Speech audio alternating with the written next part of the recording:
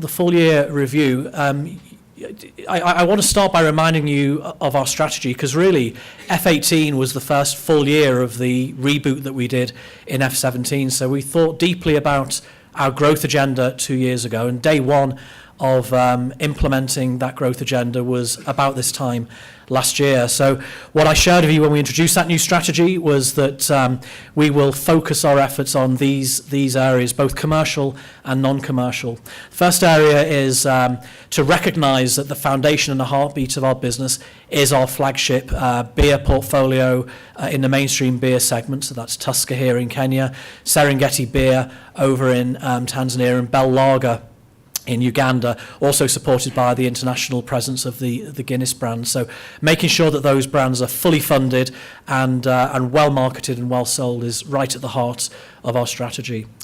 The second area that we identified last year that we refocused some of our efforts on was the emergence of spirits in East Africa as a real growth opportunity. Our parent company, Diageo, is the largest spirits company globally, and therefore we had a lot of assets that sat outside of the country that we felt we could bring into the market under the heading of mainstream spirits.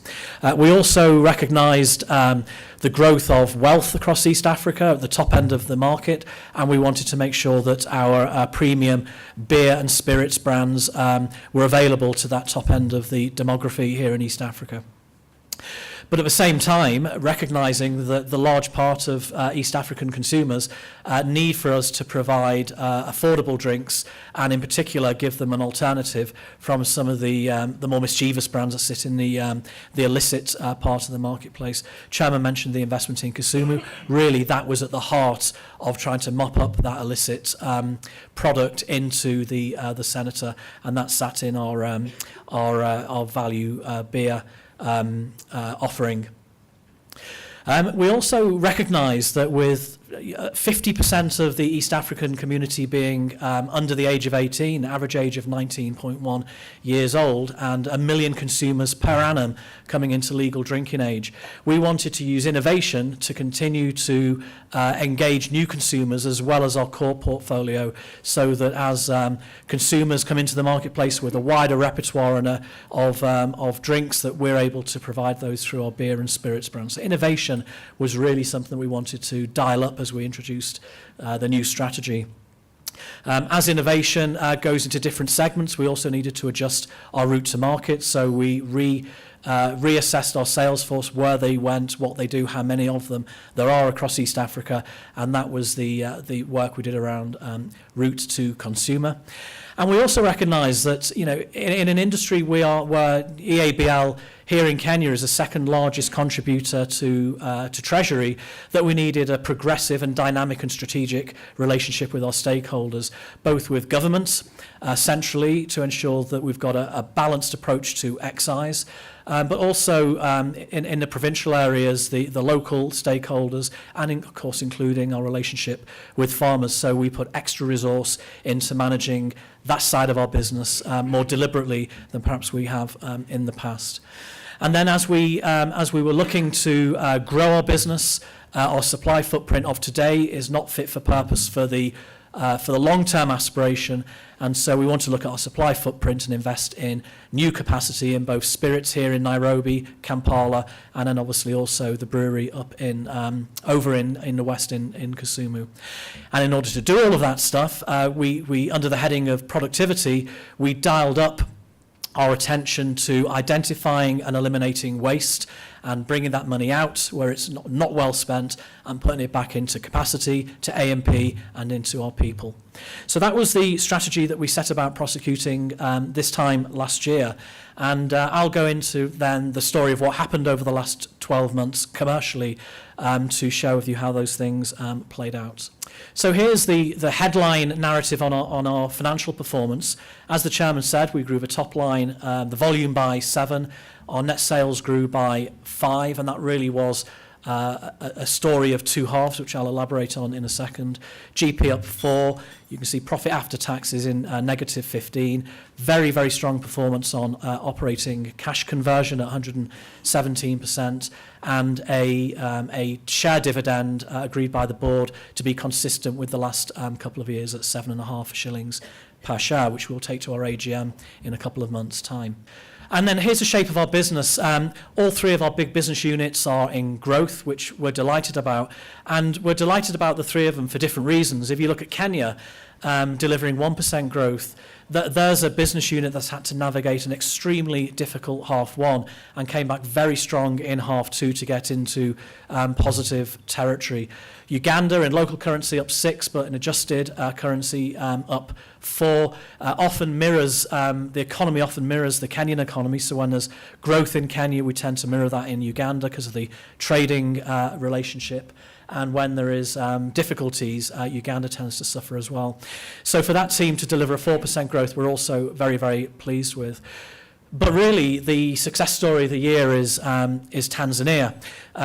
We committed to you this time last year we would turn Tanzania around. We planned for growth, but really this kind of really blows the doors off the level of growth that we thought was achievable. And there's some very deliberate and successful interventions in that business that has got it into positive territory. And that 41% growth would represent a record year in Tanzania, both in terms of volume, absolute scale, and also index of the growth, which gave the overall group a +5. But as I shared with you, and as the chairman shared with you, it really was a story of two halves. I spoke to you 6 months ago, and the business was flat, actually, in +0.3%. We were clutching on to at least being able to claim some growth, but it was really marginal. And this is what happened year on year. So this is a slide which shows the growth we posted by major segments in the first half, the growth in the second half, and then the aggregated growth for the full year. So you can see spirits has gone from flat to +18. Actually, the investment that we commercialised in Nairobi, which we brought forward into November of last calendar year, was largely pointed at our mainstream spirits segment of total spirits, and that business grew overall by 23%, which we were delighted about. You can see bottled beer. We're really pleased with bottled beer in half one. It really weathered the storm of the difficulties of the two general elections, but then that business accelerated away, and there's some really strong marketing interventions, in particular on the Tusker brand in Kenya and on the Serengeti brand in Tanzania, that delivered that 12 in H2 and the overall 9. Senator was the most sensitised to the difficulties with the general election. Some of that decline in half one, I explained to you 6 months ago, was planned. So in July and August of last year, we had a planned shutdown of the Nairobi plant where we implemented extra keg rackers, which gave us an extra 1 million hectolitres of capacity. So about a third of that decline in H1 was down to that shutdown, and it was planned. But actually 2/3 of it happened between the period of August, September, October, when the elections hurt most our consumers with least money. And the reason is very simple. Spending stopped. Casual workers who are daily paid are heavily dependent on construction and lots of investment coming from government, and therefore had no money. And so really, out of all of our portfolio, Senator was the brand which suffered most in half one. It came back in half two with an H2 of -4, but actually in quarter four, Senator was +7. So Senator is recovering and has recovered, and even within the second half, the -4 is a story of 2 quarters, with Q4 being +7. And then the overall business, total EABL flat at the first half, +10 in the second half, +5 in the full year. We're very pleased with +5, but we believe +10 is more indicative of the sort of ambition we've got for the business. +10 would represent the fastest growth over a 6-month period in EABL since 2012. And so we feel as though the investment we put in half one which would have been easy not to do given the trading environment. We've really managed to take a dividend on that in H2, and we intend to continue momentum into F19 similar to that. The plus 10 actually is a plus 8 in Q3 and a plus 11 in Q4. We would expect to capitalise on that in half one of F19. I mentioned to you that we said we would dial up our attention and our investments in innovation to take advantage of a increasingly sophisticated East African consumer and an increasingly young East African consumer. The billion shillings or the 900 million shillings we invested in capacity in spirits in Nairobi, which was brought forward from February to November, allowed us to make a really smart move actually. We have taken some of our international trademarks, the poster children being Captain Morgan Gold and Black and White Scotch whisky, and we've brought them and produced them locally in Kenya. And what that means is we can produce locally, therefore we can price locally. And so we've given aspirational consumers access to international standard liquids, international aspirational brands, but at local prices. And that's been a very, very fruitful move for us, which we're really, really pleased with. And that contributed to the 21% innovation growth in Kenya. 17% growth in Uganda. They mirrored what the Kenyan team did with the international brands, taking Black and White into the marketplace. But also they've got a real iconic brand in Uganda, Waraji, which has been refreshed and represented to the consumer and innovated around flavour variants, which took their innovation growth into 17% as well. And then, as I say, Tanzania, SBL was fantastic. We made two big moves on innovation in Tanzania. Number one, we introduced Serengeti Light, which has, in a 12-month period, has become the number one light beer in Tanzania, which is quite astonishing. And number two, we, again, with the international brands sort of mindset, we've brought Smirnoff in and we're presenting it to consumers locally at local prices. And so we feel pleased that we've now got a credible mainstream spirits play in Tanzania, but most importantly, we feel as though we are well on the way to fixing the mothership, whose flagship brand obviously is a Serengeti brand. A little bit more detail on the individual country. So plus one, whilst it looks a little bit pedestrian until you know the detail on the H1 general election, it was informed by some really strong segments. I mean, having bottled beer turned around and into growth, which is the flagship and the cornerstone of the KBL business, was fantastic at 5%. I've mentioned the innovation number to you at plus 21. And mainstream spirits, commercialising that asset in Nairobi 3 months early, I think was the difference between the business not being in growth and actually being in growth. And so a very smart, agile and courageous move from the Kenyan team. Uganda at plus 4, again, had a great year on bottled beer, particularly the premium end, which has allowed us to expand, particularly in half two, margins in Uganda. Guinness was in significant growth, and light was in, again, the number one light beer in Uganda, was in double-digit growth for the 5th year on the trot. So we feel really good about that part of the portfolio. Mainstream spirits I've mentioned, driven by the core portfolio as well as internationalising that business with some local brands. And Uganda Waraji, very, very proud of that brand. It's a real iconic drink of Uganda, was in growth both in the core brand and also the flavour variants that we made from an innovation perspective. And then the slide I should probably spend a couple of hours on with you, because we're very, very pleased and do not take for granted the turnaround that happened in Tanzania. Helen and the team posted 41% growth.